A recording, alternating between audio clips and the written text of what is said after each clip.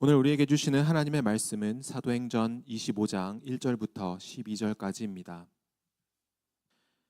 베스도가 부임한 지 3일 후에 가이사랴에서 예루살렘으로 올라가니 대제사장들과 유대인 중 높은 사람들이 바울을 고소할세 베스도의 호의로 바울을 예루살렘으로 옮기기를 청하니 이는 길에 매복하였다가 그를 죽이고자 함이더라.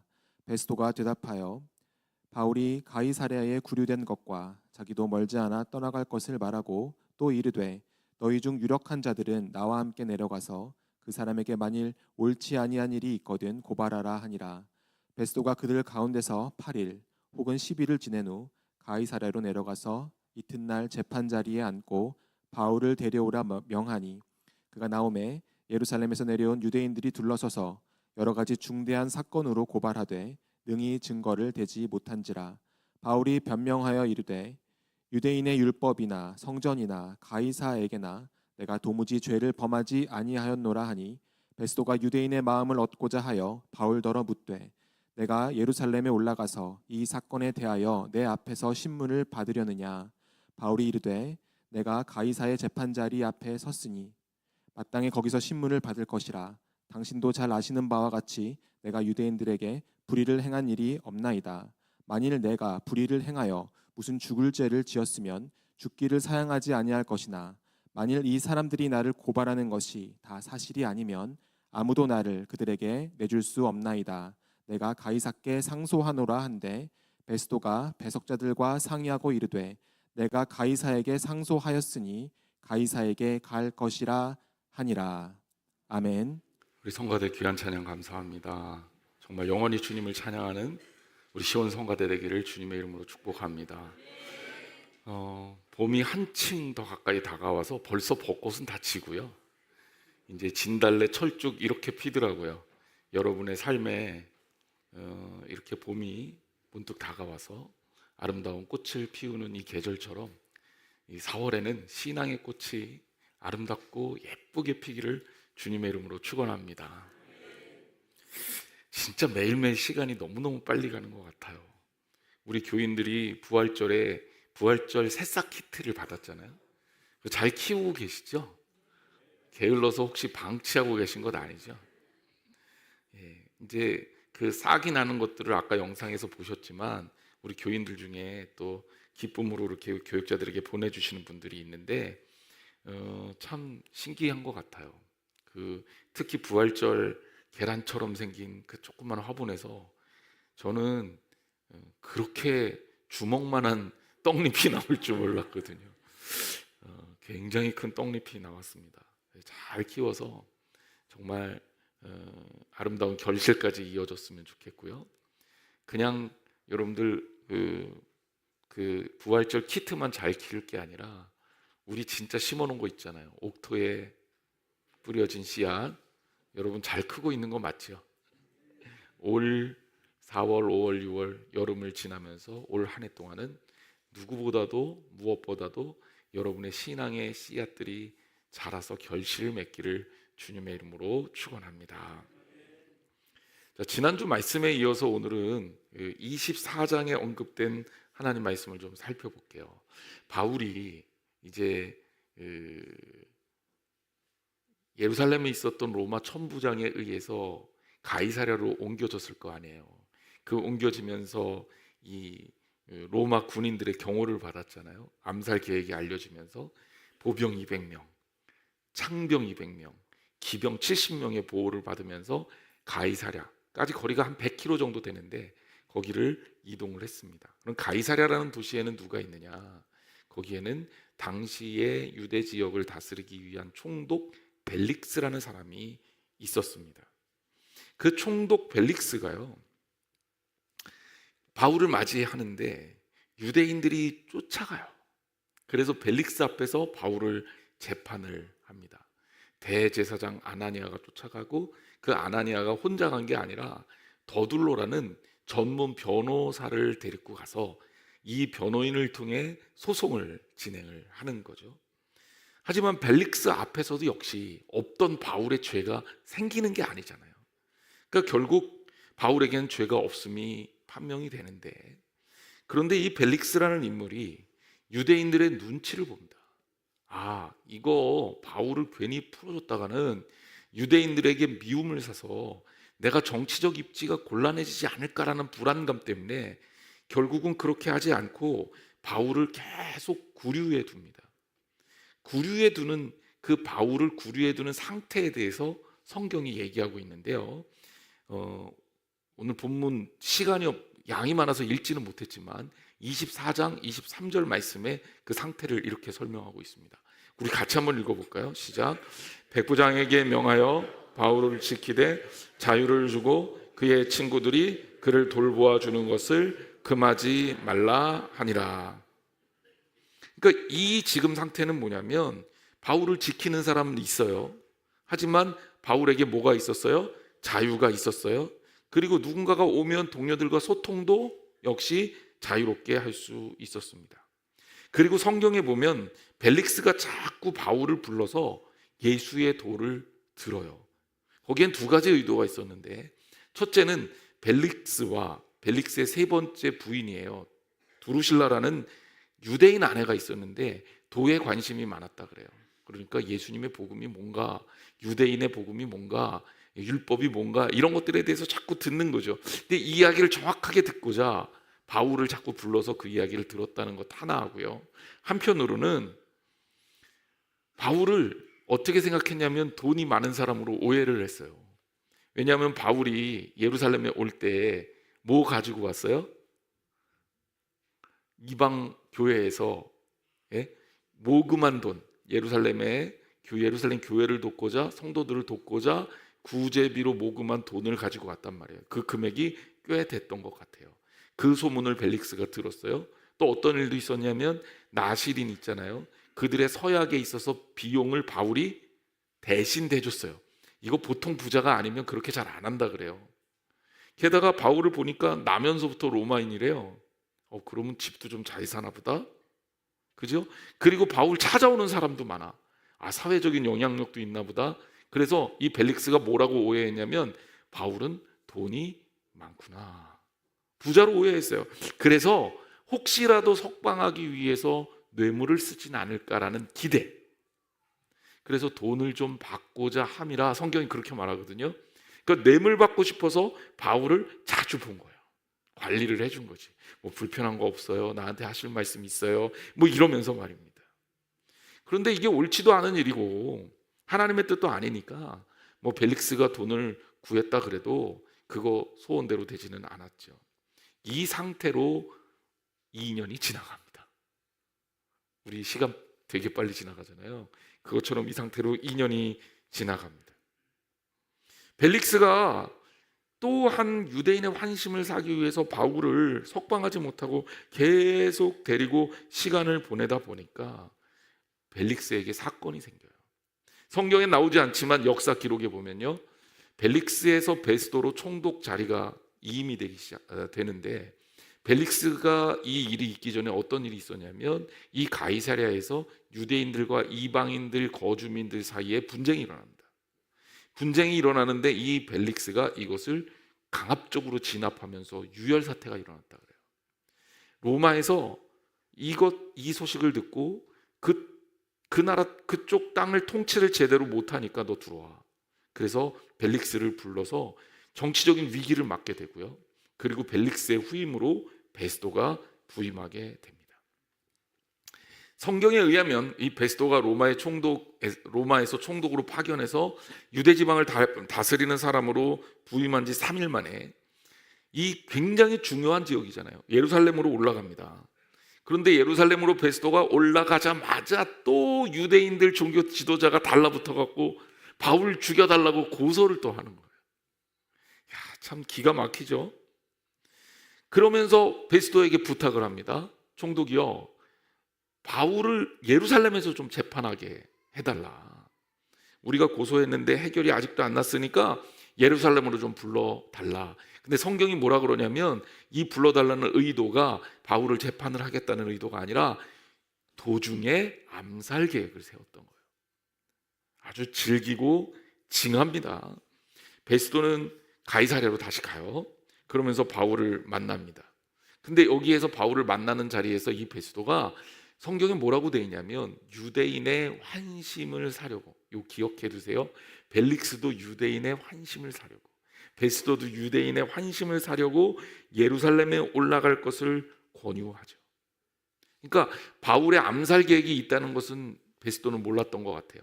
근데 이 유대인의 환심을 사고 싶으니까 좀 예루살렘을 좀 가달라, 유대인의 요청을 좀 들어달라, 거기 가서 재판하자, 이렇게 얘기했는데 바울이 거절하는 거예요. 바울은 당당하게 거절하고 나는 황제에게 가서, 가이사랴에 가서 재판을 받겠다. 이게 이제 오늘 본문의 내용입니다. 자, 저는 본문을 보면서 사도행전 23장, 24장, 25장 아주 긴 법정 드라마를 보는 것 같았어요. 재판하는 얘기가 계속 나옵니다. 이 어떻게 보면 이 시시콜콜한 얘기가 어떤 마음의 은혜를 줄 수 있을까? 어떻게 이 말씀을 하나님 말씀으로 전달할 수 있을까? 그렇게 묵상하며 기도하며 준비를 했는데 이런 생각이 들었어요. 오늘 말씀을 통해서 권력이라는 단어에 좀 생각을 해보자. 왜 바울을 이 유대인 지도자들은 그렇게 괴롭혔을까? 이 원초적인 질문부터 해보면 그들이 바울을 괴롭힌 이유가 딱 나오는데 그것은 바로 종교 권력 때문이었습니다. 종교 권력이라는 게 뭐예요? 그건 몇 가지 이유가 있어요. 신학적 권력이 있습니다. 이건 뭐냐면 종교를 우리가 이렇게 해석할 때니 너희들은 이렇게 따라라. 그러니까 더구나 그 당시에 바리새인들이나 서기관들을 중심으로 해서 이 성경을 해석하고 성경을 해석한 그 결과들을 가지고 사람들에게 가르치는 권한을 가진 사람들, 그리고 또 사두개인들, 이런 사람들은 하나님의 율법을 자기들의 기준에 맞게 해석합니다. 좋은 거 아니죠. 틀렸죠. 하지만 이들은 그것을 권력으로 생각한 거예요. 그런데 예수님부터 바울에 이르기까지 율법이 아닌 복음으로, 제가 늘 얘기하지만 율법의 근본 정신으로부터 물을 길어서 예수 그리스도의 십자가의 죽으심과 부활이라는 것으로 우리의 구원의 메시지를 끌어낸 이 예수 그리스도의 복음은 이들에게 있어서는 그들이 그동안 향유했던 이 종교 권력을 유지하는 데 굉장히 큰 위협이 되었습니다. 또 하나, 이거는요 정치적인 이유도 있는데 바로 종교 권력을 유지하면서 이들이 나름 백성들한테 존경도 받고 인기도 끌었을 거 아니에요. 제가 예루살렘에 갔더니 예루살렘의 이 유대인들의 거리에 가면 유대인들 랍비 사진들이 막 붙어 있어요. 저는 그게 무슨 연예인 사진인 줄 알았거든요. 아니래요. 유대인 랍비들이 그만큼 인기를 누리고 있는 사람들이 있는 거예요. 연예인들보다 더. 그러니까 그런 어떤 인기, 누구누구 선생님이라고 하는 그런 어떤 존경, 이런 거 놓치고 싶지 않았겠죠. 근데 자기들의 이야기가 틀렸다고 생각되면 그러면 거기에 대한 위협을 느낄 거 아니에요. 그러니까 바울과 예수 그리스도를 그렇게 이들이 싫어했던 겁니다. 그러면서 바울을 끝까지 괴롭히죠. 그런데요 24장에 보면 바울을 고발한 내용이 비교적 상세하게, 변호인, 전문가죠, 더둘로에 의해서 고발한, 재판한 내용이 나오는데요, 이 말씀을 좀 봅시다. 24장 5절에서 9절 말씀인데요, 제가 읽어드릴게요. 우리가 보니 이 사람은 전염병 같은 자라. 천하에 흩어진 유대인을 다 소유하게 하는 자요, 나사렛 이단의 우두머리라. 그가 또 성전을 더럽게 하려 함으로 우리가 잡았사오니 당신이 친히 그를 신문하시면 우리가 고발하는 이 모든 일을 아실 수 있나이다 하니 유대인들도 이에 참가하여 이 말이 옳다 주장하니라 그랬습니다. 바울을 고발할 내용이에요. 자, 이 바울을 고발한 내용을 제가 좀 변호를 해보려고 해요. 4가지의 제목을 정리하면 들었거든요. 이 4가지 제목들을 하나하나 좀 살펴볼게요. 첫 번째는 바울에 대해서 뭐라 그러냐, 전염병 같은 자라. 그런데 이게 사실은 굉장히 재판에 있어서 무의미한 진술입니다. 왜냐하면 그냥 인신공격에 불과해요. 자, 어떤 사람들을 싫어해. 이 사람 나쁜 사람입니다. 이 사람 벌레 같은 사람입니다. 그러면 처벌이 되나요? 그 사람한테 죄가 생기나요? 아니, 내가 싫어. 그것 가지고는 재판을 할 수가 없어요. 실은 정확한 이유, 전염병 같은 자라고 하면 무엇이 전염병 같은지 그 이유를 대야 죄가 성립이 되는 거예요. 그런데 그런 거 없어요. 이런 걸 보고 뭐라 그러냐면 전염병이라는 프레임 씌우기에 혈안이 됐다, 이렇게 얘기하는 거죠. 근데 이게 사람의 오해를 불러일으키고 어떤 사람을 굉장히 공격하는 수단으로 많이 쓰이는데 사실 이것은 정당한 주장이 아닙니다. 누구를 나쁜 사람이라고 주장하는 사람이 있으면 누구를 좋은 사람이라고 주장하는 사람도 있을 거 아니에요. 그게 죄가 되느냐? 그렇지 않다는 거예요. 그래서 이 말은 의미가 없는 얘기고요. 두 번째, 유대인을 다 소욕해 하는 자라 그랬어요. 여러분, 바울이 유대인을 소욕해 했습니까? 아니면 유대인이 유대인을 소욕해 했습니까? 우리가 사도행전 쭉 봤잖아요. 바울은 유대인들 소유하게 하지 않았어요. 바울은 그들에게 복음을 전했고요. 그리고 이방인들에게 복음을 전했을 뿐입니다. 그들에게 뭐 정치적인 봉기를 일으켜라, 너희들 데모해라, 너희들 가만히 있으면 안 된다, 이러고 선동했나요? 아니죠. 바울을 공격하기 위해서 유대인들이, 종교 지도자들이 유대인들을 선동해서 그들로 하여금 바울을 공격하게 만드는, 유대인을 소욕해 하는 자는 바로 종교 지도자였습니다. 자기들이 해놓고 바울이 했다고 뭘 한 거예요? 누명을 씌운 거예요. 세 번째도 말이 안 됩니다. 나사렛 이단의 우두머리다, 이렇게 얘기했어요. 바울이 이단이라는 증거가 있나요? 이단이 그냥 생기나요? 이단이 되려면 이단이 될 만한 분명한 근거와 이유가 있어야죠. 예를 들어볼게요. 신천지는 이단입니다. 제가 이렇게 얘기해요. 여러분들한테 신천지는 이단이에요. 목사님, 신천지가 왜 이단이에요? 아니, 그건 모르겠는데 그냥 이단이야, 이렇게 얘기하면 제가 진짜 무식한 목사죠. 그러면 안 됩니다. 신천지가 이단인 이유를 정확하게 대야죠. 왜? 예수 그리스도밖에 없는데 이만희가 스스로 보혜사라 그러냐? 이거는 성경에 어긋난 일이다. 성경을 해석함에 있어서 왜 신천지가 성경을 자기들의 기준에 맞춰서 이것 갖다 붙여갖고 엉뚱한 해석을 내놓느냐? 한두 군데 틀린 게 아니야. 요한계시록에 있는 14만 4천이라는 단어도, 666이라는 단어도 자기들 입맛에 쓰기는 하는데 그것이 성경하고는 전혀 해석이 안 맞는 거예요. 성경 해석이 안 맞으니까 너희들은 잘못된 해석을 했고, 잘못된 해석을 했으니 이단이다. 세 번째는 교회를 온전하게 세우는 일에 우리 하나님을 믿는 사람들은 당연히 그 일에 열심을 내야 돼요. 우리가 전도하는데 뭐 성천교회 제 친구 김종 목사가 있지만 성천교회 교인들 다 끌고 오면 여러분, 그건 전도가 아니에요. 교회 잘 다니고 있는 사람들 우리 교회로 와 그래갖고 다 끌고 와갖고 우리 교회 부흥했다, 이거는 하나님 나라에서는 전도가 아니에요. 그렇게 하면 안 되는 거죠. 더구나 그 교회를 망가뜨렸다, 그럼 더더욱 안 되는 거잖아요.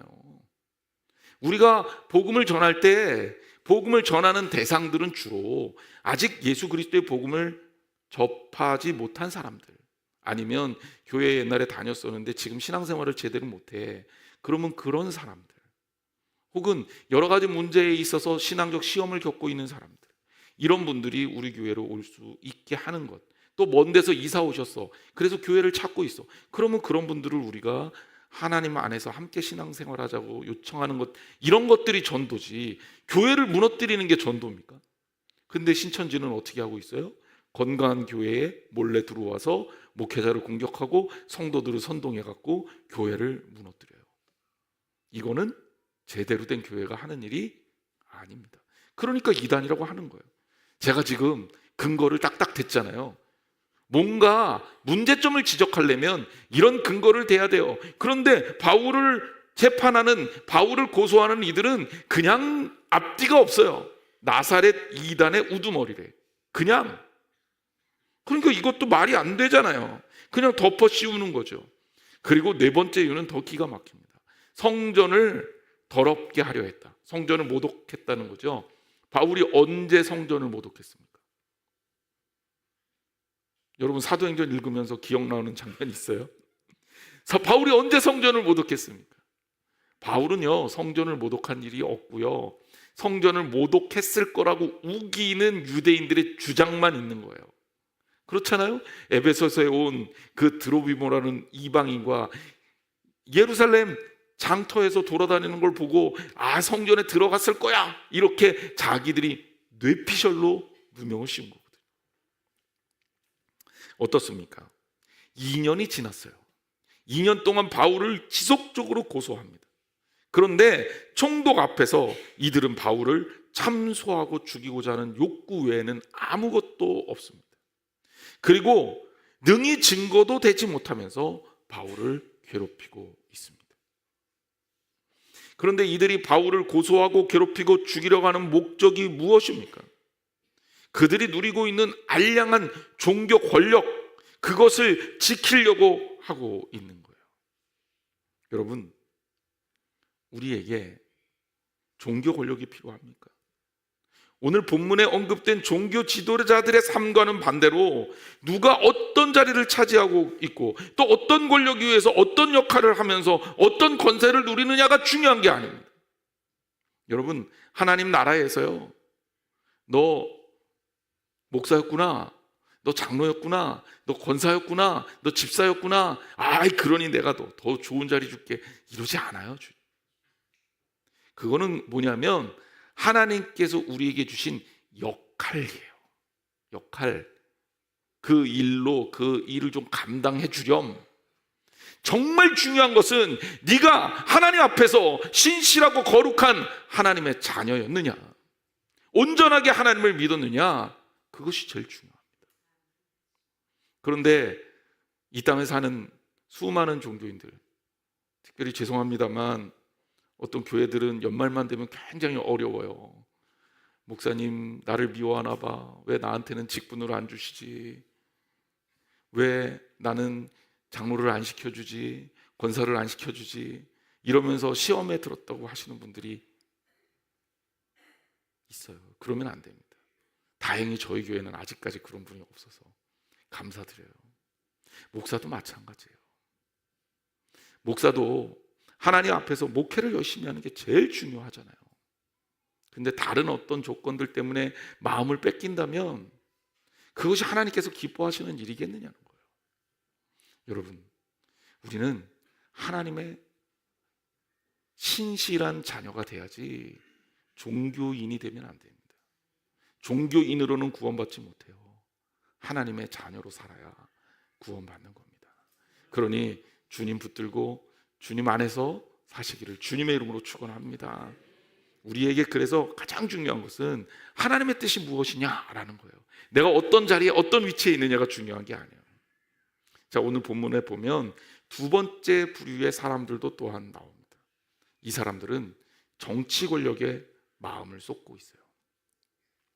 자, 본문 24장, 25장을 보면요, 로마의 총독들의 이름이 반복해서 나옵니다. 그 첫 번째 총독의 이름이 벨릭스고요, 두 번째 총독의 이름이 베스도인데요, 이 두 사람을 좀 설명을 해드릴게요. 우리 본문에는 충분히 소개가 되어 있지 않지만 역사 자료를 찾아보면 벨릭스라는 인물은 굉장히 특이한 인물입니다. 원래 이 사람 출신은요, 로마 황실의 노예였대요. 노예였는데 눈에 들어서, 황제의 눈에 들면서 이 유대 지역을 다스리는 총독까지 된 거예요. 그러니까 어마어마한 출세를 한 사람이죠. 입지전적인 인물입니다. 이런 사람이 정말 훌륭한 인품을 갖고 있다 그러면 정말 요셉처럼 존경받는 사람이 되지만, 이 정치 권력을 획득하기 위해서 수단과 방법을 안 가리고 그 길을 이끌어서 로마 총독까지 된다 그랬을 때는 문제가 있는 사람일 가능성이 많아요. 벨릭스는 그런 사람이었대요. 그는 정치적 이익에 민감한 사람이었고요, 성격이 굉장히 폭압적이었다고 합니다. 그래서 유대인들한테 인기가 별로 없었어요. 그리고 돈과 명예에 관심이 많은 탐욕스러운 인물이었다는 거예요. 그래서 벨릭스가 출세는 하긴 했지만 로마 총독으로 있으면서 그 탐욕스러운 성격 때문에 유대인들이 별로 좋아하지 않았다. 실제로 바울의 무죄를 인지하고 있으면서도 이를 확정하지 않아요. 그리고 돈을 얼마를 받을까? 그러면서 바울을 계속 불러대요. 그러니까 이 벨릭스라는 총독의 성향을 우리가 성경을 통해서도 알 수 있는 거죠.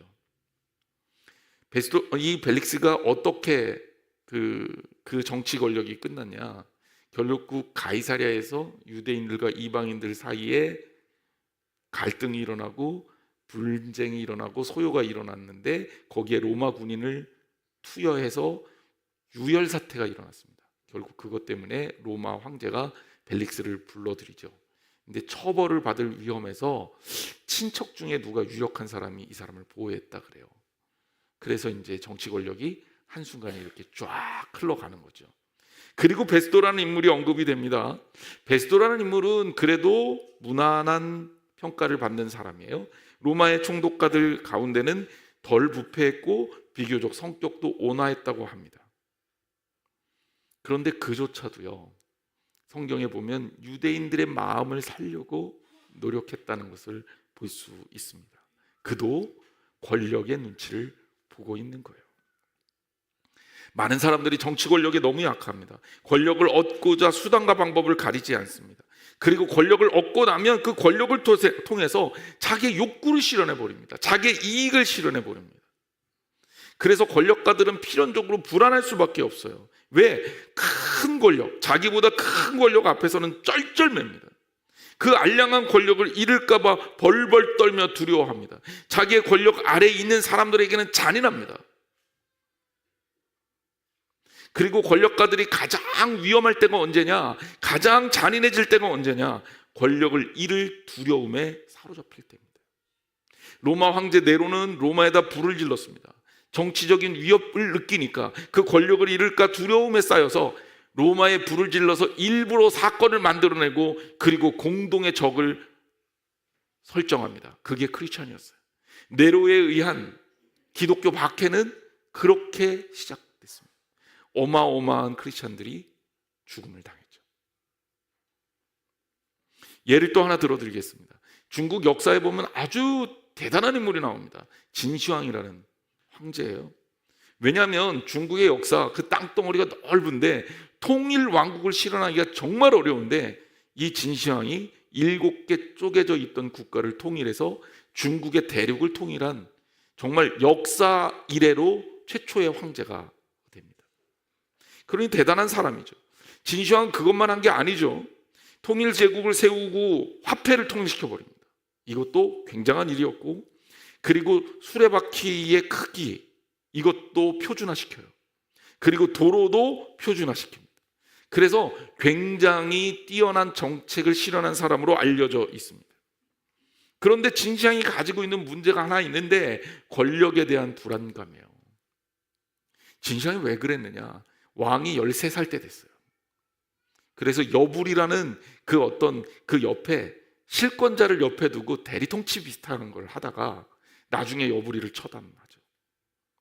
그러면서 진시황은 나라를 통일하고 나서도 끊임없이 이 세워진 나라가 무너질까 두려워했고요. 자기 스스로가 수많은 사람들에 의해서 반란에 의해서 권력이 무너질까 벌벌 떨었습니다. 그래서 진시황이 한 일이 뭡니까? 만리장성 세운 거잖아요. 만리장성 세우면서 중국은 어마어마한 사람들이 죽었습니다. 무리한 역사를 하다 보니 사고로 인해서 또 여러 가지 무리함으로 인해서 수많은 사람들이 노동으로 사망했습니다. 게다가 진시황이 자기를 비판하는 유생들을 없애기 위해 또 국민들을 우매화시켜서 통치의 유리함을 선점하기 위해 중국의 역사에도 이런 일이 없는데 분서갱유를 하게 되죠. 분서갱유. 책을 다 불태웁니다. 실용서적 외에는 사상서적을 싹 다 불태워버립니다.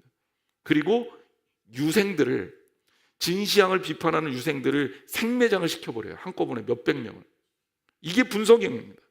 이거 왜 생긴 거냐면 권력 유지를 위한 불안감 때문에 한 거예요.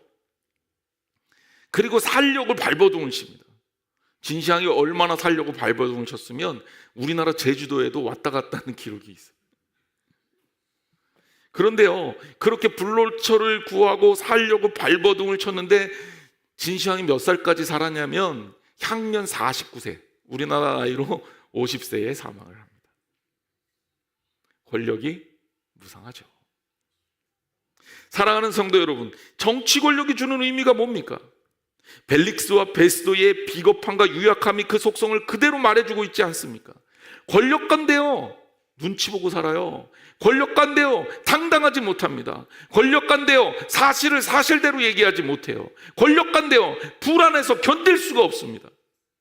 얼마나 아이러니한 일입니까? 우리는 이 땅의 권세가 가지는 맹점을 정확하게 알고 있어야 합니다. 우리에게 소중한 것은 세상의 권력이 아니에요. 우리에게 소중한 것은 하나님의 나라입니다. 그러면 우리는 본문에서 어떤 사람을 또 만날 수 있느냐? 첫 번째가 종교 권력에 미쳐 있는 사람들, 두 번째가 정치 권력에 정신을 빼고 있는 사람들, 그렇다면 세 번째 어떤 사람들에게 마음을 두고 있느냐? 하나님 나라에 마음을 쏟는 자를 볼 수가 있다는 거예요. 대표적인 인물이 본문에 나오는 바울이죠. 죄도 없는데 감옥에 구류되어 있습니다. 그것도 2년이 구류가 돼 있으니 여러분 얼마나 마음이 피폐했겠어요. 그런데 그는요, 유대인들에게 그렇게 난리치고 어떻게든지 문제를 해결하려고 그렇게 하지 않아요.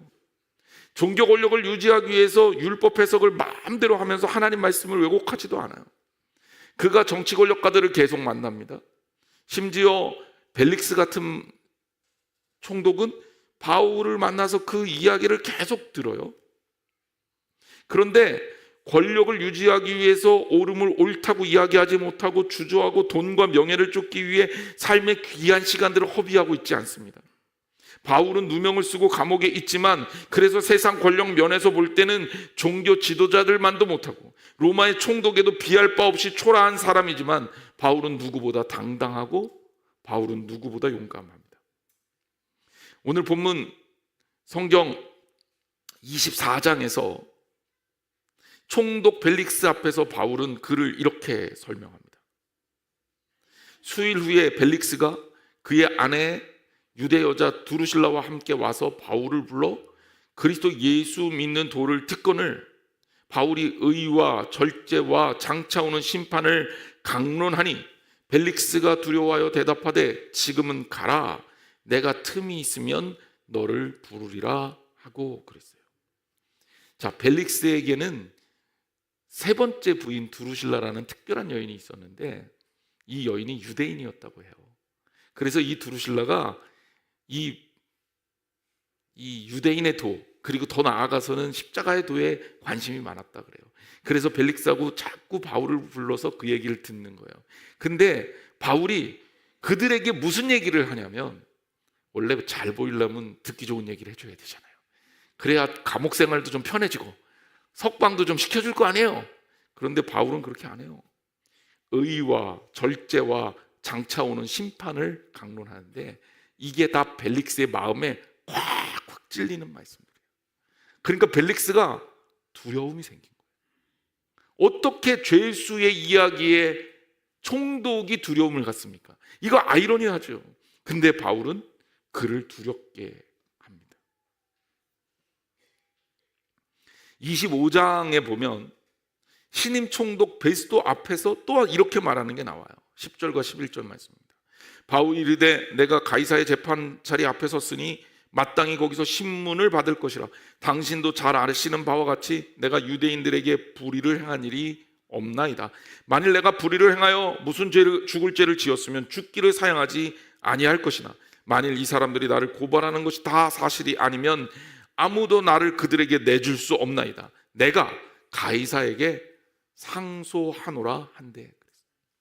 여러분, 이 말씀을 통해서 바울의 이야기를 좀 상상해 보세요. 신임 총독이에요. 알던 사람도 아니에요. 잘못 보이면 목이 날아갈 수도 있어요. 하지만 바울은 당당합니다. 당당합니다.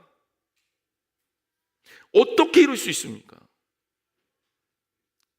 바울의 마음이 사람이 아니라 하나님께 있기 때문에 이런 일이 가능한 거예요. 여러분은 누구의 눈치를 보고 있습니까? 세상 사람들입니다. 종교 권력 가진 사람들입니다. 도대체 우리의 삶을 누가 좌지우지합니까? 여러분, 참된 권력은 하나님께로부터 옵니다. 하나님만이 우리를 붙들고 구원할 수 있어요. 그러니 우리가 누구의 눈치를 봐야 한다면, 유일하게 눈치를 볼 대상이 있다면 그것은 하나님이시고요. 우리가 누구의 비위를 맞춘다면 사람이 아니라 오직 하나님의 비위를 맞춰야 할 줄 믿습니다. 여러분 마음에 주님의 마음을 품으시기를 주님의 이름으로 축원합니다. 사자성어 중에 우생마사라는 사자성어가 있습니다. 한자가 쉬우니까 여러분들 금방 아실 수 있을 거예요. 소우자에 살다 할 때 생. 그러니까 소는 살고 말 맞자예요. 말은 사자, 죽을 사자니까 죽는다. 우생마사. 뭐 소는 살고 말은 죽는다. 이게 무슨 얘기일까? 실제로요, 홍수가 났을 때, 그래서 물이 들이닥치면 말은요 죽고요, 소는 산대요. 안 믿으시는 것 같은데, 물론 말과 소를 이 호수에다 집어넣고 그리고 누가 빠져나오나 보면 말도 헤엄치고 소도 헤엄쳐서 나오긴 한대요.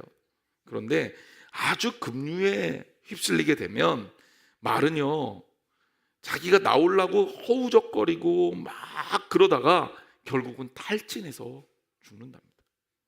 근데 소는요, 뭐 전쟁에서 싸울 수 있는 스피드도, 그리고 뭐 말처럼 이렇게 오래 뛸 수 있는 그 어떤 지구력도 없는데, 그래서 전쟁에서 소 타고 전쟁하는 일은 별로 없잖아요. 근데 홍수가 났을 때 물이 이렇게 들이닥치면 물이 흐르는 대로 둥둥 떠내려가다가 육지를 밟고 살아난다는 거예요. 도대체 여러분들이 안 믿는 것 같아서 제가 증거를 가져왔습니다. 때는 바야흐로 2020년 8월 우리나라에서 섬진강에서 홍수가 났었습니다. 그때 이런 기사가 신문에 났어요. 굴의 지붕 위의 소들 수십 킬로 섬진강 물살을 헤치고 극적 생還. 이게 무슨 얘기냐면, 지붕이 홍수가 나서 지붕 위로 올라갔던 소들이 이제 물살이 확 닥치게 되면서 결국은 떠내려 가는데요, 50에서 70km 정도 떨어진 데까지 떠내려간 거예요. 시간으로 따지면 이틀 동안 떠내려갔대요. 그런데 결국 이틀 동안 버텨서 이 소들이, 이 소 3마리가 살아났다는 기사입니다.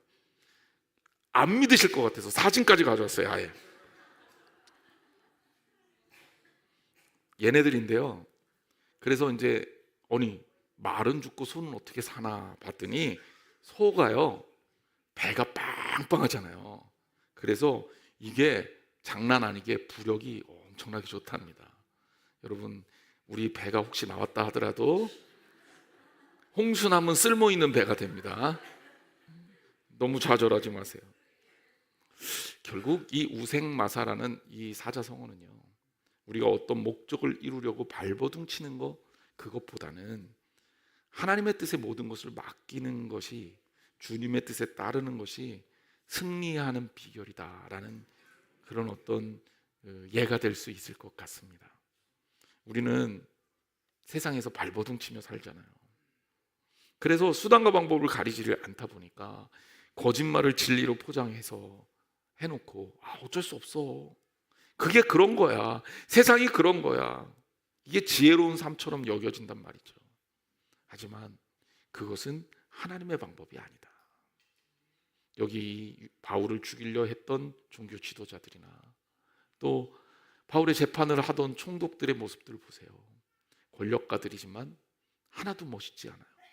하나도 아름답지 않아요. 오히려 우리는 죄수의 누명을 쓰고 있지만 바울의 모습을 통해서 당당함과 소망과 아름다움을 느낄 수가 있습니다. 사랑하는 성도 여러분, 주님의 나라를 꿈꾸고 사는 하나님의 자녀로 사시기를 주님의 이름으로 축원합니다. 그것이 바로 이 땅을 사는 우리들의 자세고, 그것이 바로 우리들의 지혜임을 믿으시기를 주님의 이름으로 축원합니다. 기도하겠습니다.